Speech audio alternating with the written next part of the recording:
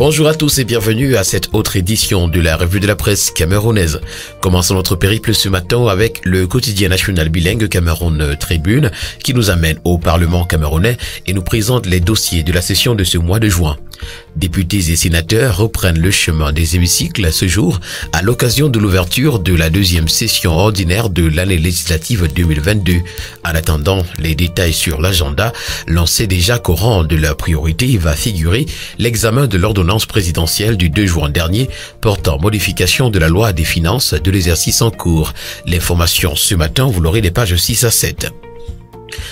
La Nouvelle Expression, pour sa part, s'intéresse à l'alternance au mouvement pour la renaissance du Cameroun et nous indique qu'un concurrent à Maurice Kamto s'est fait savoir. L'avocate, vice-présidente du directoire des femmes du mouvement pour la renaissance du Cameroun, présentera sa candidature à la présidence du MRC au cours de la convention de 2023. Elle pourrait challenger le leader actuel. L'information, vous l'aurez en page 2. En petite une, la Nouvelle Expression donne la parole à Célestin Bedzigui. Il est temps d'en finir avec le franc CFA.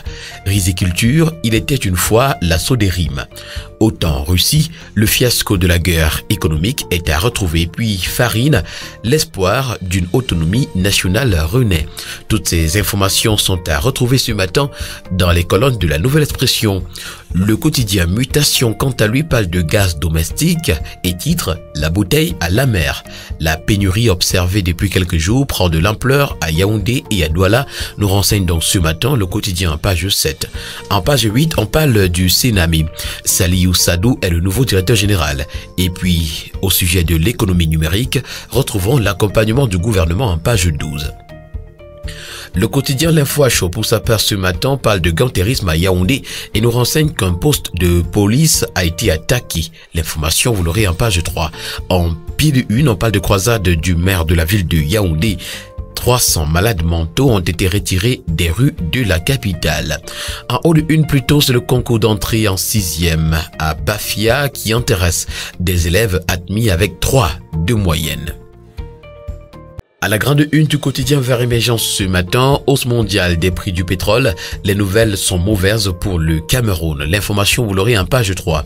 Gisement de fer de la Lobé en petite une, les avocats camerounais demandent l'annulation de la convention entre le Cameroun et la Chine. Et puis Rigobertson s'exprime en page 11, Samuel Eto'o me met énormément de pression. Retrouvons ce matin à la grande une du quotidien Econews les 8 péchés de Vandi, l'ex-directeur général du Sénami. L'ancien directeur général a été débarqué hier après une suspension de mois par le conseil d'administration. Une mission de contrôle supérieur de l'État est annoncée dans les prochains jours.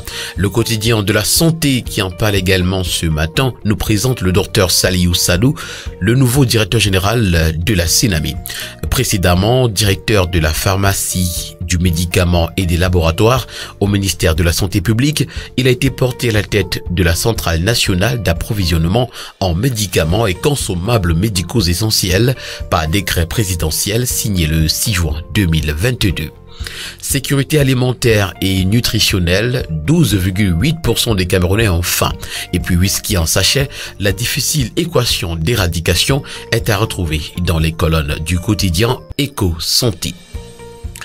Le quotidien L'économie parle de consommation ce matin et nous fait savoir que le Cameroun va importer 42 000 tonnes de sucre en 2022. L'information est contenue dans une correspondance de Ferdinand Gongo, secrétaire général à la présidence de la République, adressée à Luc Magloire Baga Tangana, ministre du Commerce. En petite une, on parle du barrage de Natigal. Le point sur l'évolution du chantier est à retrouver en page 4. Sûreté des aéroports, les intervenants sont appelés à mutualiser des efforts. Innovation, ICT University prépare l'ouverture d'un programme de fabrication des satellites. Et puis ressources naturelles, un gisement d'environ 200 000 tonnes de distin découvert à Nanga et Boko.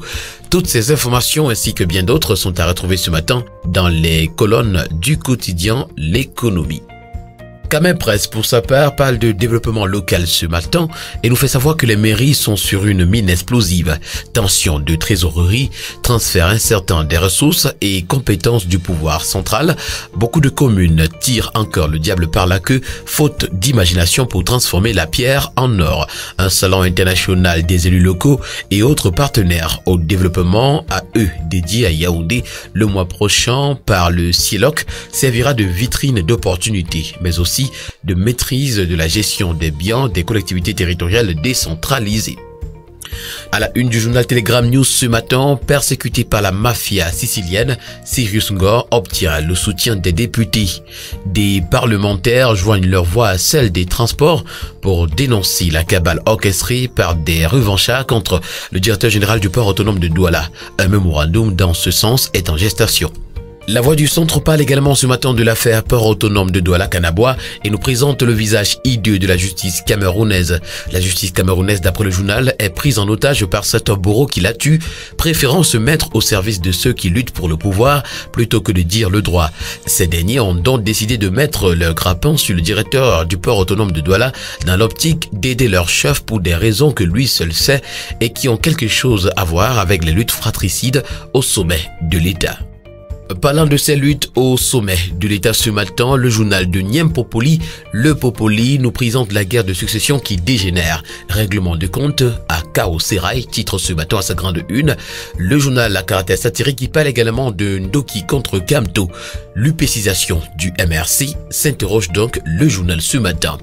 L'hebdomadaire Vision économique pour sa part ce matin nous fait savoir qu'une dette de 11 000 milliards de francs CFA bloque l'exécution du budget au Cameroun.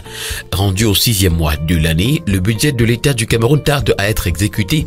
Pour ce qui concerne le volet investissement, seuls les salaires des fonctionnaires et des agents publics sont régulièrement payés. En effet, le Fonds monétaire international exige que le Cameroun règle d'abord ses engagements vis-à-vis des bailleurs de fonds dont le montant est évalué à plus de 11 000 milliards de francs CFA. La cible hebdo nous présente le leadership féminin ce matin et nous renseigne que Marimbala Bilois vante le label Cameroun à la CEAC du 9 au 11 juin en République démocratique du Congo. La présidente fondatrice de l'association des Bayam Selam du Cameroun a été honorée par la communauté économique des États de l'Afrique centrale. Terminons ce matin avec l'hebdomadaire Flèche d'Afrique qui parle d'eau potable et nous fait savoir que le docteur Bayero Fadil offre un forage aux populations de Takasco. Et puis commune de Mayo Darlé, les lignes bougent en 2022. La poursuite des actions de développement sur le terrain, véritable soulagement pour les populations des quartiers Ticket, Plan, École publique Groupe 3. Cet ouvrage sur le Mayo Plan facilitera la cohésion entre les habitants, nous renseigne ce matin l'hebdomadaire. Mesdames et messieurs, voilà qui met un terme à cette autre édition de la revue de la presse camerounaise. Merci de l'avoir suivi et bonne journée à tous.